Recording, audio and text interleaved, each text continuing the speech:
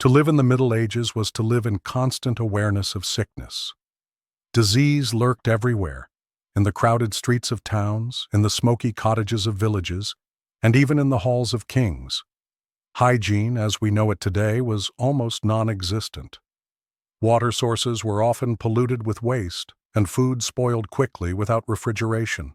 Rats, lice, and fleas thrived in every settlement, carrying invisible dangers. For ordinary people, falling ill was not an exception, but an expectation, a part of life as natural as the seasons. The population was highly vulnerable. Malnutrition weakened bodies, making them easy prey for infection. Winters brought hunger, summers brought spoiled food, and war spread famine across the land. Injuries, even small ones, could become deadly when wounds turned septic.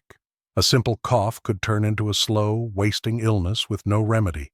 With little understanding of germs, medieval people saw sickness as mysterious, sudden, and terrifying. Death often came quickly, and few families escaped its grasp for long. Disease also shaped the rhythm of communities. Markets emptied during outbreaks, villages were abandoned, and entire households vanished within weeks. The sound of bells tolling for the dead was constant in many towns. Life expectancy was painfully short, often no more than 35 years, and much of that brevity was due to sickness. Children died in staggering numbers, and parents learned to expect loss as part of family life. Health was fragile, and death was always near. Yet people endured, creating rituals and beliefs to cope with the constant threat. Sickness was explained through sin, spirits, or the alignment of the stars. Healers, priests, and even neighbors offered advice and remedies, some comforting, some harmful. Disease was both a physical reality and a cultural force, shaping how people thought about the body, the soul, and the world itself.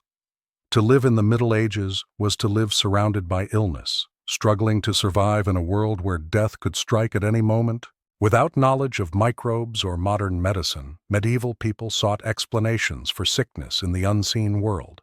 Many believed disease was a punishment sent by God for sins, either personal or collective.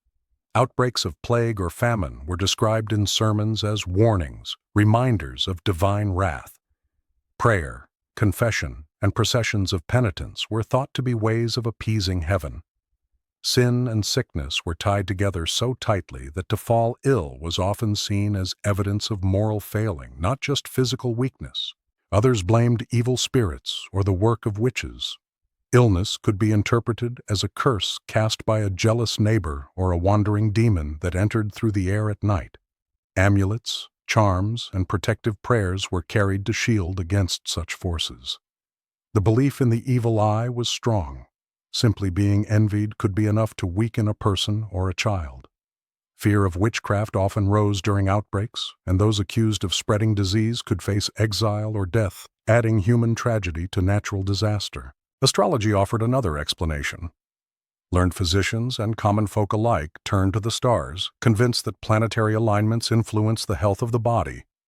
A conjunction of Mars and Saturn might predict fevers, while the phases of the moon guided when bloodletting should be performed. The heavens became a cosmic clock whose movements were thought to control epidemics on Earth. While these ideas seem strange today, they gave medieval people a sense of order, a way to read fate in a chaotic world. These beliefs reveal a culture caught between fear and meaning. Illness was not random. It carried moral, spiritual, or cosmic significance. To become sick was to fall into a story larger than oneself, whether of divine punishment, magical attack, or astrological destiny. In this way, superstition was more than ignorance. It was a framework that made unbearable suffering seem part of a greater plan. It gave comfort, even if it could not cure. When sickness struck in the Middle Ages, people turned to a wide variety of healers. Learned physicians existed in larger towns and at royal courts, but their services were expensive and beyond the reach of most peasants. They dressed in long robes, carried ornate books, and spoke in the language of humors: blood, phlegm, black bile, and yellow bile. To them, disease was caused by an imbalance in these fluids, and treatment meant restoring harmony through bloodletting, purging, or restrictive diets. While their methods were based on ancient Greek and Arabic texts, they rarely cured the sick, though they gave the reassurance of knowledge. For ordinary people, care was far more humble. Village healers, often wise women or elderly men, treated patients with herbs, poultices, and charms. Garlic, honey, or vinegar might be applied to wounds, while teas from mint, sage, or nettle were given for fevers. These remedies sometimes offered genuine relief, for herbal knowledge had been passed down for generations, but suspicion surrounded such figures. If cures failed, healers could be accused of witchcraft, their knowledge reinterpreted as dangerous rather than helpful. Barber surgeons provided another form of care. They cut hair, pulled teeth, and performed bloodletting with leeches or knives. In battles or towns, they also handled amputations and stitching wounds, often without anesthesia or sanitation. Their crude methods saved lives at times, but just as often led to infection and death. The instruments they carried, saws, knives, hooks, made their profession feared as much as respected. Patients endured their treatments with grim courage, for there were few alternatives. This patchwork of healers reflected the diversity of medieval life. Learned doctors, folk healers, monks, and barber surgeons all offered different approaches, united only by limited knowledge and the deep need of their patients. To fall ill meant stepping into a world of uncertainty, where cure and harm lay side by side. Medicine in the Middle Ages was less about conquering disease and more about managing hope, faith, and the fragile balance between survival and despair. In the Middle Ages, hospitals were not places of advanced medicine, but institutions of charity. Founded and run largely by the church, they offered shelter, food, and spiritual care to the sick, the poor, and travelers. Monks and nuns tended to the patients, often with more compassion than medical skill. Their aim was not so much to cure the body as to comfort the soul, preparing the sick for death or, if fortune allowed, recovery. Healing was seen as a gift from God rather than the result of human knowledge. Hospital buildings were often attached to monasteries or cathedrals. Wards resembled long halls with rows of beds separated by curtains, though privacy was minimal. The air was filled with the smell of incense, candles, and herbs, thought to purify sickness. Psalms were sung and masses were held daily for the patients. For many, the presence of priests and prayers was more reassuring than any treatment, for salvation was valued above survival. The hospital was as much a spiritual refuge as a medical one. Care itself was rudimentary. Patients were fed broth, bread, and wine, and their wounds were washed with vinegar or herbal concoctions. Nuns might apply poultices or attempt to balance humors with diet, but the knowledge was limited. Still, the structure of a hospital gave the sick a chance of rest, warmth, and care, things that could mean the difference between life and death. Even if cures were rare, survival sometimes improved simply through nourishment and shelter. The role of the church in healthcare reflected the worldview of the age. Disease was both a physical trial and a spiritual test. Hospitals embodied this duality, places where human suffering was eased by faith, where prayers were as important as remedies, and where the dying were prepared for eternal life. Though their medicine was weak, their compassion was real, and for many medieval people, that compassion was the closest thing to healing they could hope for. No disease struck the medieval world with such terror as the plague, remembered as the Black Death. Arriving in Europe in the mid-14th century, it swept through towns and villages with terrifying speed. Carried by fleas on rats, though no one understood it at the time, the plague killed tens of millions, reducing Europe's population by nearly a third. People watched helplessly as neighbors, family, and entire households perished within days. Bells tolled endlessly, and graves filled faster than they could be dug.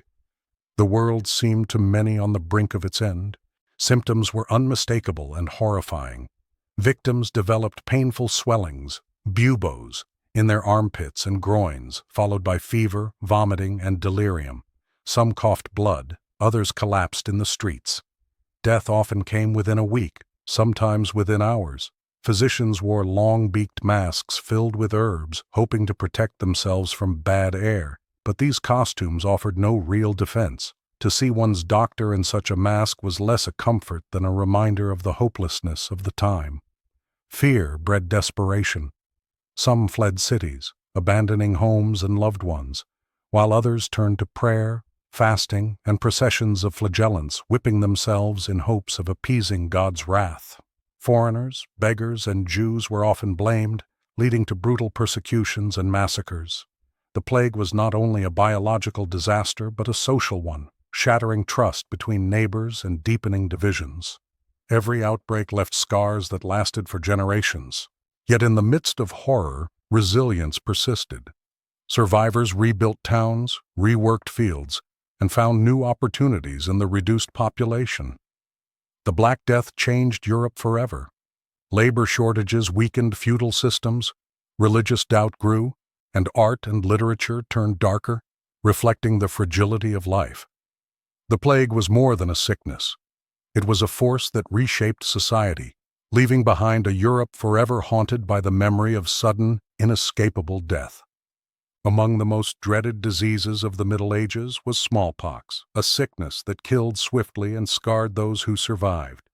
Unlike plague, which came in sudden waves, smallpox lingered across generations, striking communities again and again. Outbreaks spread through trade routes, armies, and pilgrimages, leaving towns reeling with high mortality. Children were especially vulnerable, and parents watched with dread for the first fever that might herald the arrival of the pustules. To medieval people, smallpox felt like an inescapable curse, always waiting beyond the next season. The disease announced itself with fever, chills, and exhaustion, but its most feared feature soon followed: the eruption of pustules across the skin. These sores, filled with fluid, covered faces, hands, and bodies, causing excruciating pain and disfigurement.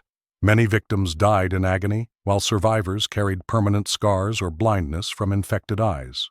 A child once lively could return from illness unrecognizable, marked forever by pitted skin. In an age where appearance often shaped social standing, such disfigurement brought lasting stigma alongside survival. Medieval medicine offered little help.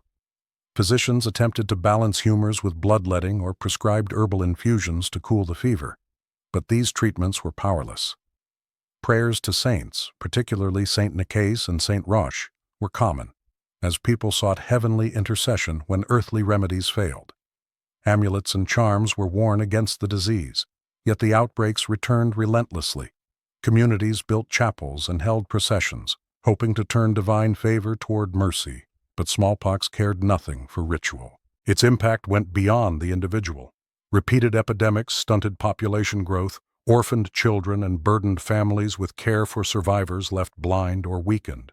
Fear of smallpox lingered constantly, shaping the choices of travelers, rulers, and even armies. In this way, the disease became more than a medical affliction. It was a force that influenced politics, economy, and culture. For medieval Europe, smallpox was both destroyer and scarmaker, leaving behind a visible legacy etched into the very faces of survivors. Few diseases inspired as much dread in the Middle Ages as leprosy. Unlike plague or smallpox, which struck quickly, leprosy crept slowly, altering the body over years. Skin lesions, numbness, and deformities gave sufferers a ghostly appearance that horrified those around them. Medieval people often saw lepers as already half dead, outcasts marked by divine punishment. To contract leprosy was to lose not only health but also identity, cast aside from family, work, and community. The disease was deeply misunderstood. Because its symptoms disfigured the face and hands, it was thought to rot the body while leaving the soul stained by sin. Lepers were forced to wear special clothing, carry bells to warn others of their approach, and live apart in leprosaria, special hospitals or colonies often outside city walls. These measures were meant to protect the healthy, but they also reinforced stigma. To be declared a leper by church or court could mean lifelong exile, even if the diagnosis was uncertain. Yet care was not entirely absent. Monks and nuns sometimes tended leper communities, offering food, shelter, and spiritual comfort. The church taught that charity toward lepers was a path to salvation, and some rulers funded leper hospitals as acts of piety. Still, fear outweighed compassion. Families abandoned relatives, and marriage or work for lepers was often impossible. Isolation was both physical and social, a second death before the first had arrived. Despite this cruelty, leprosy shaped medieval society in lasting ways. It inspired art and sermons about sin, decay, and redemption, becoming a symbol of humanity's fragility. Lepers, feared as contagious and cursed, were paradoxically also seen as Christ-like sufferers bearing spiritual meaning. Their presence reminded communities of mortality and divine judgment. In this way, leprosy was more than a disease. It was a mirror of medieval fears, showing how illness could dissolve the boundary between the living and the dead. While plague and leprosy captured attention with their dramatic symptoms, two quieter killers haunted the medieval world: typhus and dysentery. Both thrived in the conditions of war, famine, and poverty. Soldiers packed into filthy camps, peasants crowded into villages during sieges, and prisoners confined in dungeons were easy prey. These diseases did not sweep across continents with the force of plague, but they claimed countless lives in steady, unrelenting waves. For the poor and the displaced, they were inescapable companions. Typhus spread through lice, those ever-present pests in medieval clothing and bedding. Its onset was sudden: fever, chills, rashes, and delirium. Victims often grew weak and confused, slipping into madness before death. Dysentery, by contrast, came through contaminated food and water. Its agonies were humiliating: bloody diarrhea, dehydration, and slow wasting. Whole armies were destroyed not by enemy swords, but by these invisible foes. Chroniclers noted that campaigns failed because soldiers sickened faster than they could fight. Treatment was meager. Physicians prescribed purges, enemas, or herbal broths, but nothing stopped the spread. Priests urged prayer, while commanders tried in vain to clean camps with smoke or lime. In villages, mothers boiled water when fuel allowed, or fed the sick barley gruel in desperate attempts to restore strength. Still, the cycle of filth, hunger, and crowding ensured that typhus and dysentery returned again and again, reshaping both battles and everyday life. These illnesses highlighted the fragility of medieval existence. They struck the weakest hardest: the poor, the besieged, the displaced. Unlike the sudden terror of plague, their slow, degrading symptoms ate away at dignity as well as life. For those who lived through war or famine, typhus and dysentery were reminders that the greatest threats were often not visible enemies, but the silent killers that thrived in humanity's misery. Unlike the sudden terror of plague or the shocking disfigurement of leprosy, tuberculosis crept silently, claiming lives over months or years. Known then as consumption, it wasted the body until little remained but skin and bone. A persistent cough, fever, and night sweats gave way to weakness and bloody sputum. Families watched helplessly as loved ones wasted away, fading like candles burning too low. Because the disease struck so gradually, it became part of everyday life, a slow death that visited many homes. Consumption carried a strange mixture of fear and familiarity. Its spread was not understood, yet its presence was everywhere. Peasants, nobles, monks, and even royalty could be victims. Entire monasteries lost brothers to the illness, and towns recorded steady death tolls year after year. Unlike epidemics that arrived and departed, tuberculosis was a constant shadow, woven into the rhythm of medieval mortality. People grew accustomed to its presence, even as they dreaded its touch. Treatments were desperate and ineffective. Physicians advised rest, fresh air, and special diets, though few peasants had the luxury to follow such counsel. Herbal remedies, from garlic to rosemary, were tried, as well as charms and prayers to saints. Some believed that moving to the countryside or drinking certain waters might heal, but no cure was found. Those who survived often remained weakened for life, their strength permanently drained. For most, consumption was a slow march toward the grave. Despite its cruelty, tuberculosis shaped how medieval people thought about life and death. The pale, fragile appearance of sufferers even became romanticized in art and poetry, associated with spiritual purity or tragic beauty. Yet behind these images lay endless suffering, coughs echoing through night after night, and families mourning as loved ones wasted away. It was not dramatic like plague, but in its persistence, tuberculosis claimed countless lives, an invisible enemy that taught medieval Europe the pain of slow decline. Syphilis, though debated in origin, emerged in Europe at the close of the Middle Ages and quickly earned a reputation as one of the most feared diseases. Unlike plague or typhus, which swept through communities visibly and fast, syphilis carried the added weight of shame. It was linked to sexual immorality, considered both a medical curse and a moral punishment. Victims were often shunned not only for their illness but also for the supposed sins that had brought it upon them. The symptoms were grotesque and relentless. At first, sores and ulcers appeared on the body, then rashes and lesions spread across the skin. As the disease advanced, it attacked the bones, nose, and brain, causing disfigurement, insanity, and death. Chroniclers describe sufferers whose faces collapsed from the damage, or whose minds deteriorated into madness. Unlike short, sharp epidemics, syphilis dragged its victims through years of torment, leaving them marked and isolated until death. Attempts at treatment were as dangerous as the disease itself. Physicians prescribed mercury in ointments or drinks, believing it could purge the illness. Patients endured terrible side effects, salivation, tooth loss, and poisoning, that often killed them faster than the disease. Baths in hot springs, bloodletting, and strange potions were also tried, none with lasting success. For many, the hope of cure became a second torment, as remedies brought pain without healing. Beyond the physical toll, syphilis carried heavy social stigma. It was whispered about in taverns, preached against in churches, and recorded in literature as a disease of corruption. To be marked by it was to carry both bodily suffering and public disgrace. In this way, syphilis embodied the medieval intertwining of morality and medicine. It was not merely an illness, but a lesson, a warning inscribed on the flesh about sin, lust, and the consequences of straying from virtue. Among the strangest and most terrifying afflictions of the Middle Ages was ergotism, known as St. Anthony's fire, or the holy fire. Caused by eating rye contaminated with a toxic fungus, it struck without warning, sweeping through entire villages that depended on bread for survival. Victims first felt burning pains in their limbs, followed by convulsions, hallucinations, and gangrene. Hands and feet blackened as if scorched, and many died from infection or starvation after losing limbs. To peasants, it seemed as though fire had entered the body, consuming them from within.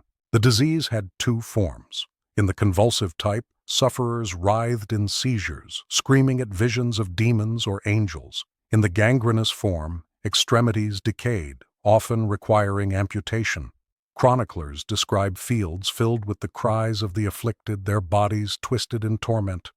Whole families were struck down, and the disease often appeared in years of poor harvest, when desperation forced peasants to eat spoiled grain. Because it struck the poor most often, ergotism carried both tragedy and stigma, a sign of hunger as well as illness. Healing seemed impossible, but one order of monks became famous for their care. The Hospital Brothers of St. Anthony established houses across Europe to tend victims of the holy fire. They offered clean food, shelter, and herbal remedies, often succeeding simply by removing contaminated bread from patients' diets. Pilgrims flocked to shrines of St. Anthony, seeking miraculous cures and leaving offerings in gratitude. Faith and charity together gave hope where medicine failed. Ergotism left its mark not only on bodies but on culture. Its hallucinatory symptoms may have fueled tales of witches, visions, and strange possessions. Paintings of hellfire and demonic torment may owe their imagery to the horrors witnessed in ergot victims. For medieval people, the holy fire was both punishment and mystery, a disease that burned away flesh and reason alike, reminding all of the thin line between survival and ruin in an age where bread itself could kill. Though often associated with warmer climates, malaria haunted much of medieval Europe, especially in marshlands, river valleys, and coastal regions. Known simply as ague, or the marsh fever, it struck in waves, returning with relentless regularity. Whole communities dreaded summer and autumn when stagnant waters bred clouds of mosquitoes that carried the disease. People shivered with chills 1 hour, burned with fever the next, and weakened steadily with each attack. In many areas, malaria shaped not only health but also patterns of settlement and farming. The symptoms were unmistakable. Victims shook violently with chills before collapsing into burning fevers that drenched them in sweat. These cycles repeated again and again, leaving the body frail and exhausted. Children and the elderly suffered most, often wasting away after repeated bouts. Even those who survived were left weakened, unable to work fields or serve in armies. In this way, malaria drained communities not just of lives but of labor, making it an invisible but devastating force in medieval society. Cures were elusive. Physicians tried herbal brews, bleeding, and purging, none of which brought lasting relief. Some recommended charms or prayers to saints known for healing fevers, while villagers relied on local remedies such as willow bark or wormwood. The true treatment, quinine from the cinchona tree, would not reach Europe until centuries later. In the meantime, people endured the endless cycle of sickness and recovery, living in fear of its return with each warm season. Malaria's presence shaped culture as well as health. Marshes became feared places, associated with evil spirits and curses. Stories of ghostly lights or malevolent beings often reflected the dangers of wetlands, where fever struck suddenly and mysteriously. For medieval people, malaria was more than an illness. It was a force tied to the landscape itself, a reminder that nature could nurture or destroy, and that even the most ordinary places could harbor death. Toothaches were among the most dreaded pains of medieval life, for they often led not just to suffering, but to death. Without knowledge of bacteria or hygiene, teeth decayed quickly under diets heavy with coarse bread and lacking in fresh vegetables. Cavities deepened unchecked, abscesses swelled in the gums, and infections spread through the jaw. What began as a simple ache could turn into fever, swelling, and sepsis. In a world without antibiotics, a tooth could kill as surely as plague or war. Treatment was brutal. Barber surgeons used crude iron pliers to yank diseased teeth, often breaking jaws in the process. Without anesthesia, the pain was excruciating, and without antiseptics, infection almost always followed.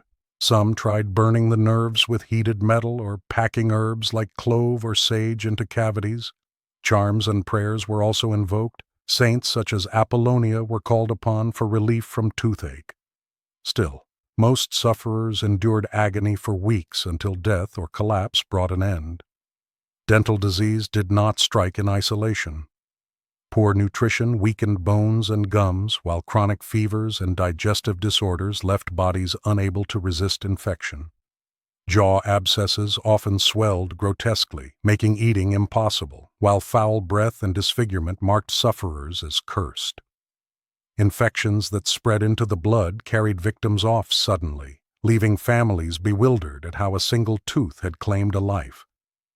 Beyond individual pain, bad teeth shaped medieval health more broadly. Many adults lost teeth early, reducing their ability to chew tough meat or coarse bread. Malnutrition followed, creating a vicious cycle of weakness and illness.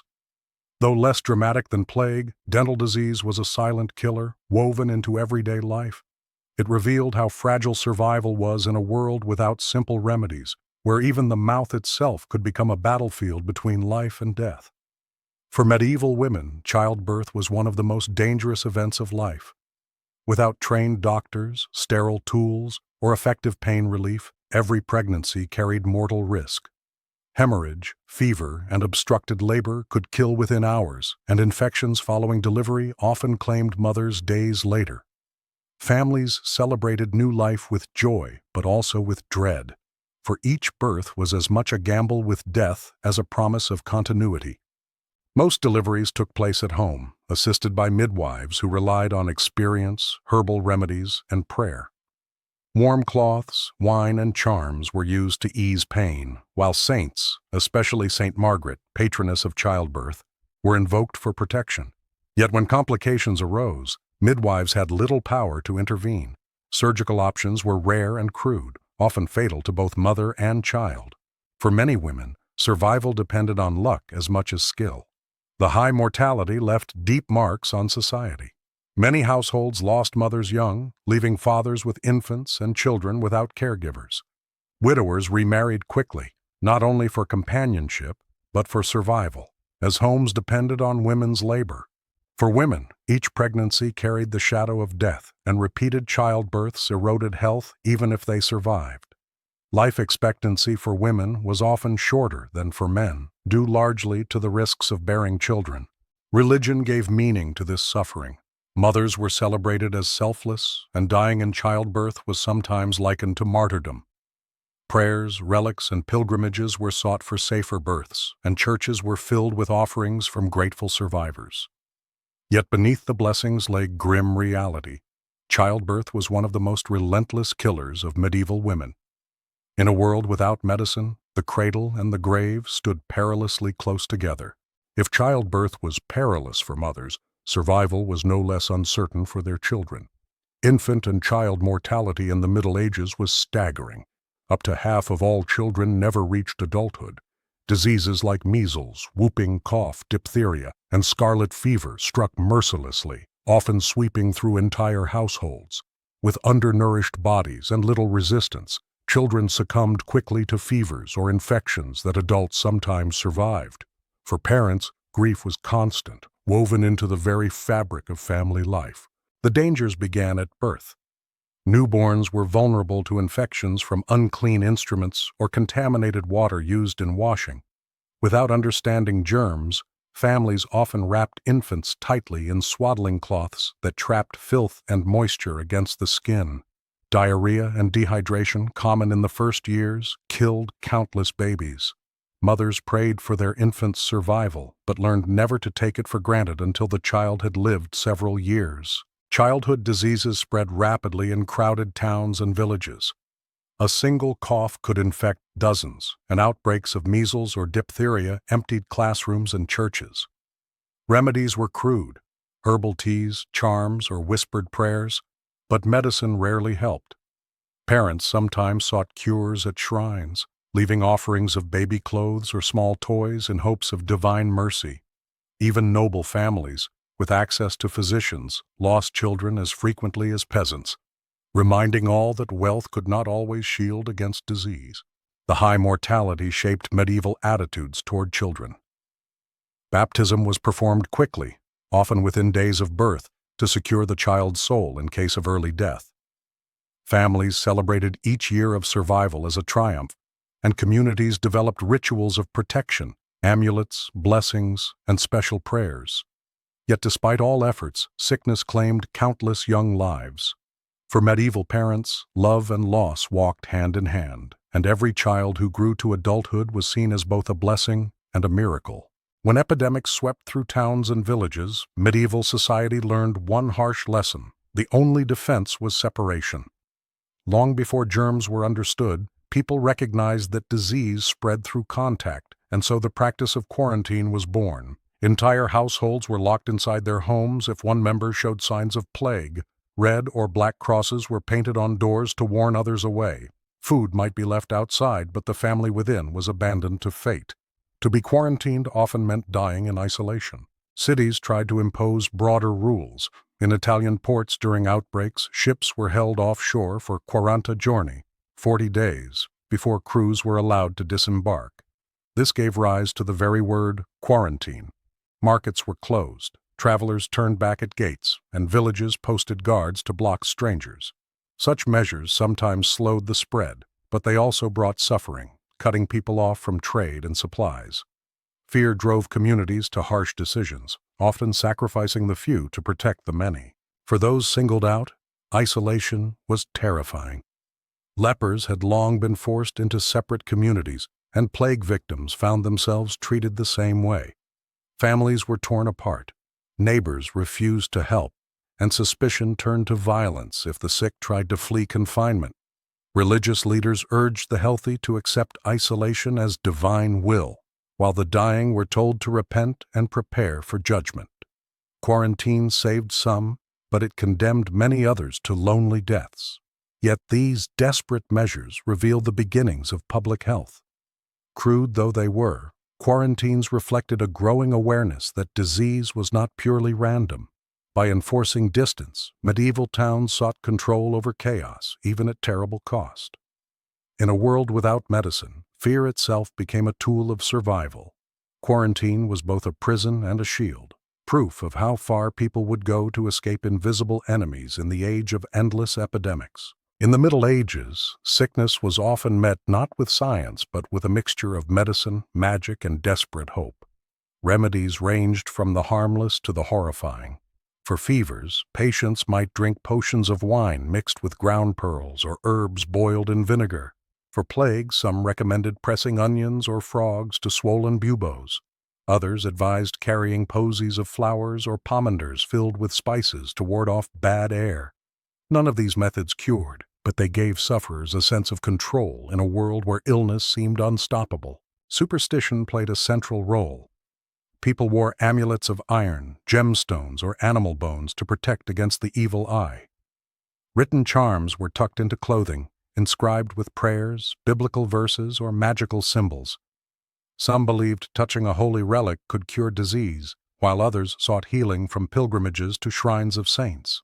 For the desperate, even the bizarre held appeal, drinking potions made from crushed toads, wearing a dried heart of a bat, or sleeping with herbs under the pillow to drive out sickness. Bloodletting was one of the most common treatments, based on the belief that sickness came from imbalanced humors. Physicians opened veins with knives or used leeches to drain blood, weakening already fragile patients. Purging with laxatives or emetics was another frequent prescription, forcing the body to expel supposed poisons. Though sometimes offering temporary relief, these practices often worsened illness, leaving patients weaker and more vulnerable. Still, the authority of learned doctors kept these rituals alive. Behind these strange remedies lay a profound truth. Medieval people were fighting the unknown with whatever weapons they could imagine. To them, every herb, charm, or ritual carried power, even if only psychological. Faith in remedies provided hope, and hope itself could strengthen the will to survive.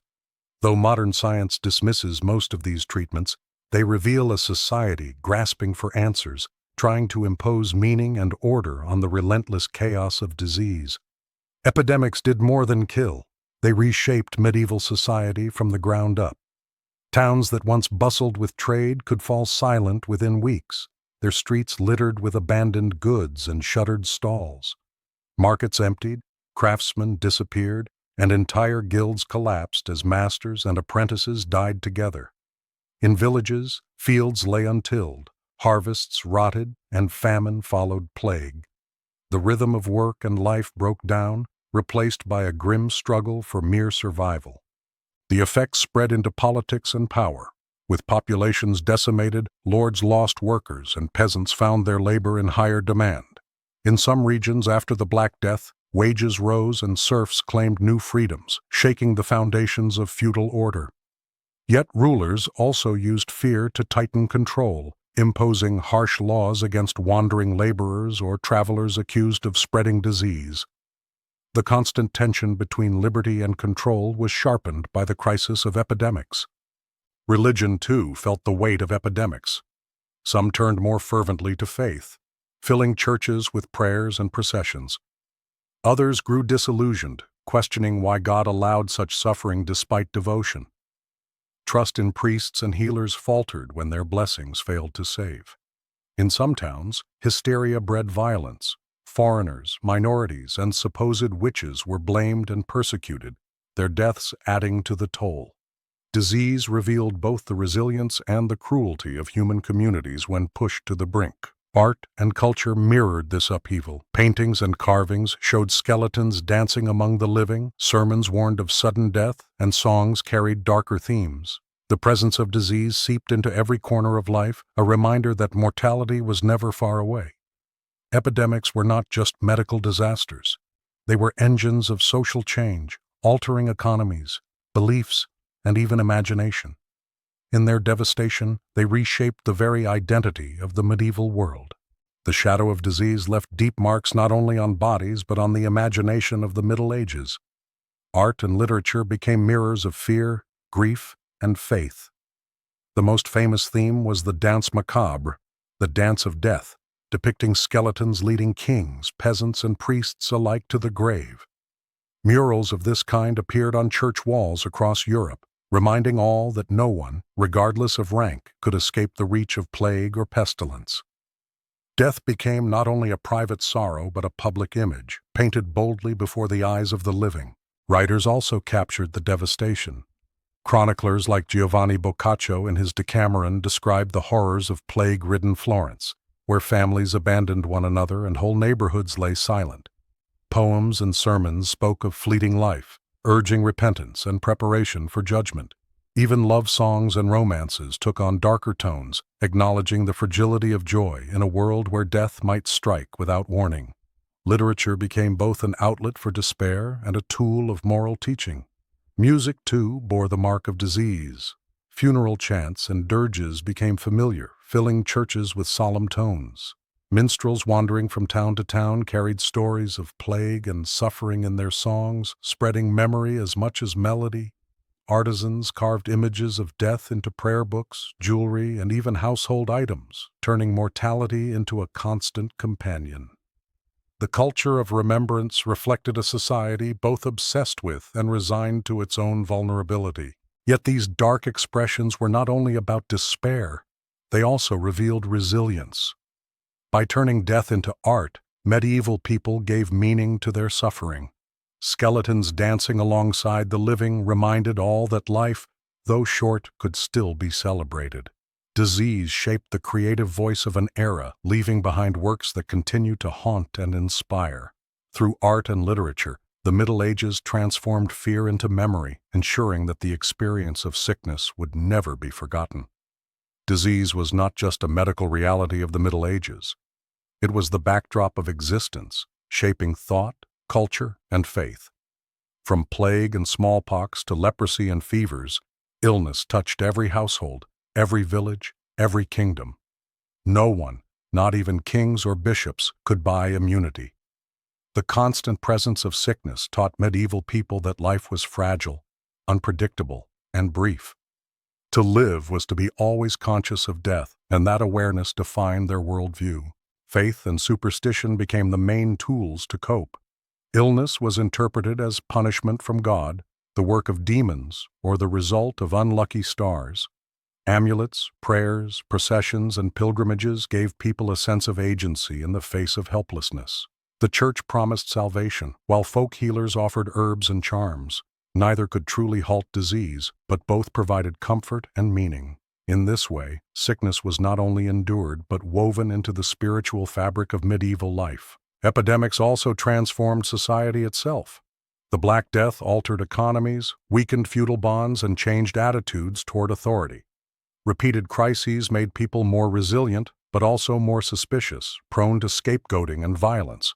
Art, literature, and music became saturated with themes of death and fragility, reflecting both despair and defiance.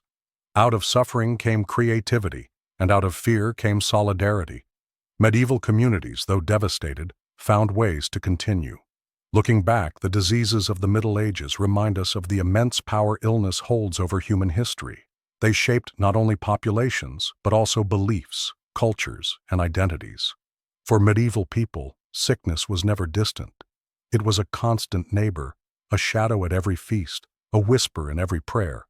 And yet, despite the suffering, humanity endured, adapting and surviving, leaving behind lessons about vulnerability, resilience, and the unbreakable will to live.